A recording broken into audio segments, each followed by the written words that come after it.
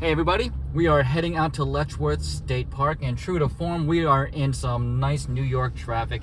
It's not too bad, just a little bit more and we'll be over the George Washington Bridge. We have 3 cars, 1 trailer, 2 tents, 1 pavilion, and a whole lot of fun planned for this trip.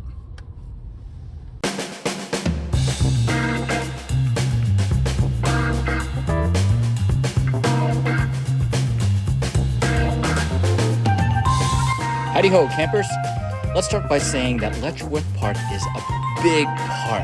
While it's a beautiful park, there are key things you may want to know before your arrival. Please visit our ittybittyrv.com for our post about some of the things we wish we knew during our stay at this park. June is the time of year that families start preparing for their summer vacations. When our kids were younger, we did the typical trips of a Long Island family. Sesame Place, Hershey Park, Universal Studios, and of course Disney. And last year we visited Vegas and the Grand Canyon. This year we wanted to let the kids decide where we were going to go. But when I asked my kids, and I said, kids, you remember when I said, where would you like to go this summer more than any place in the world, huh? What'd you say? Why? Shut up, Russ. Audrey, remember? Letchworth State Park, Dad? Letchworth State Park, Dad. The park is bottom heavy, meaning almost all the good stuff is on the south side of the park. We really just focused on seeing the 3 waterfalls and checked out the key overlooks on the way. In hindsight, we could have used another day to see all of the park, but now we have a reason to come back for another visit.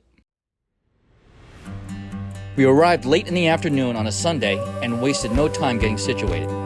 The kids set up their own tents and their own rain tarps. I set up the picnic pavilion and dealt with the outside RV setup while Carrie managed the inside itty-bitty setup and, more importantly, our food situation. After dinner, we gathered by the campfire, had roasted marshmallows, and rested up for our adventures planned for the following day. Our first morning had a bit of rain, but that didn't stop us from checking out some of the park.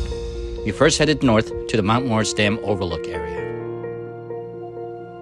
Then we traveled south and checked out some of the scenic views.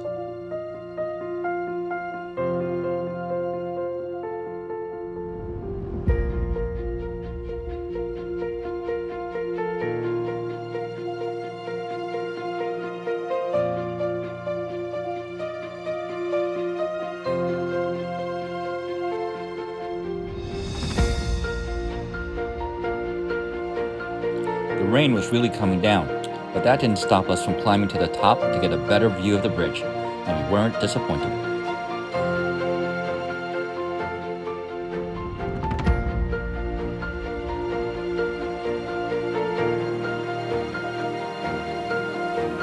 By this time, we were all soaked and hungry. It was time to head back to the campsite, dry off, have something to eat, and rest for the next day of hiking.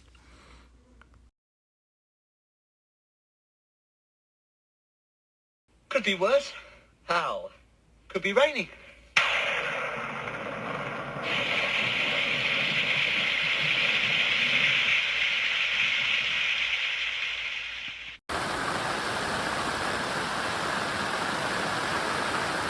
But what if it rains?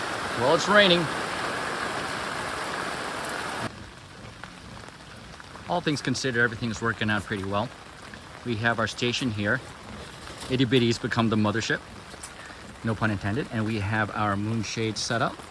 Now I had to include these poles because water collected at the very top of the moonshade and it was puddling a little bit, so I had to put these extendable poles just to make sure that the water drips down nicely. We have our setup here for snacks for the kids should they want to venture out of their very dry tents. We also have a pavilion tent here. It may not seem like it, but this pavilion tent has kept the family pretty dry. We have all our meals here, and it's worked out pretty well. Eventually, the rain let up enough for us to have some campfire time.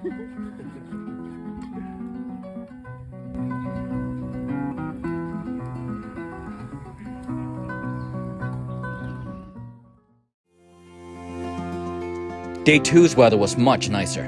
The sun came out and we explored the trails and checked out all 3 waterfalls. We started our adventure at Inspiration Point to do the 1.5-mile hike down to the lower falls. Our theory was to do the toughest hike of the day first, so we weren't pushing ourselves for the rest of the day.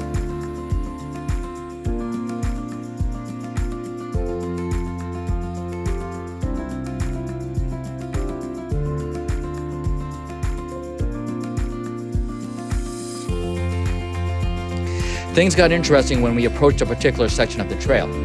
There was a warning sign that we completely ignored. However, we braved the steep, slippery hills down to the lower falls and then were able to enjoy its beauty.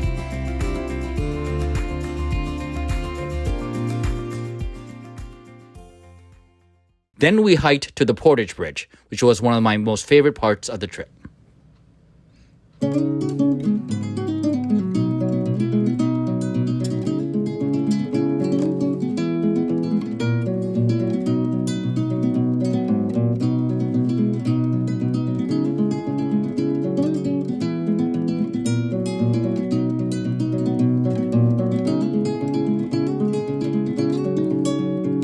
After we hiked back up to Inspiration Point, we had a quick break and then headed to Middle and Upper Falls. We parked in a centralized lot between both attractions.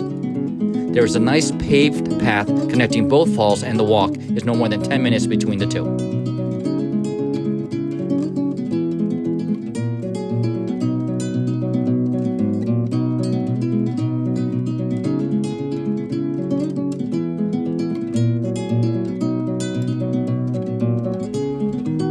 Our adventures with our itty-bitty RV began this past March 2023. So far, we've traveled to 4 other state parks, making Letchworth our 5th RV adventure. This trip was definitely one we will always remember, since it was our first family camping trip ever. And was the weather perfect? No. But will our girls go camping again with us? Also no. At least not anytime soon. But they did say that they enjoyed their time with us, and that's all we hoped for. When the girls were babies, we were always told, enjoy them while they are young, and they grow fast. And hopefully, Carrie and I provided them with fond memories of our many family vacations. They are young adults now, and they will be creating their own lives, and maybe having their own families. They will have their own vacation adventures soon, and we wouldn't change that for the world.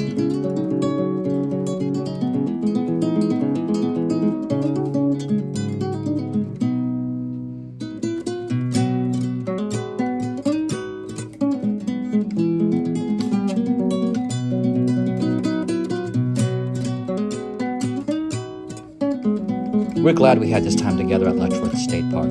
We truly enjoyed our time hiking, sightseeing, and just hanging out by the campfire. This is a trip we'll never forget.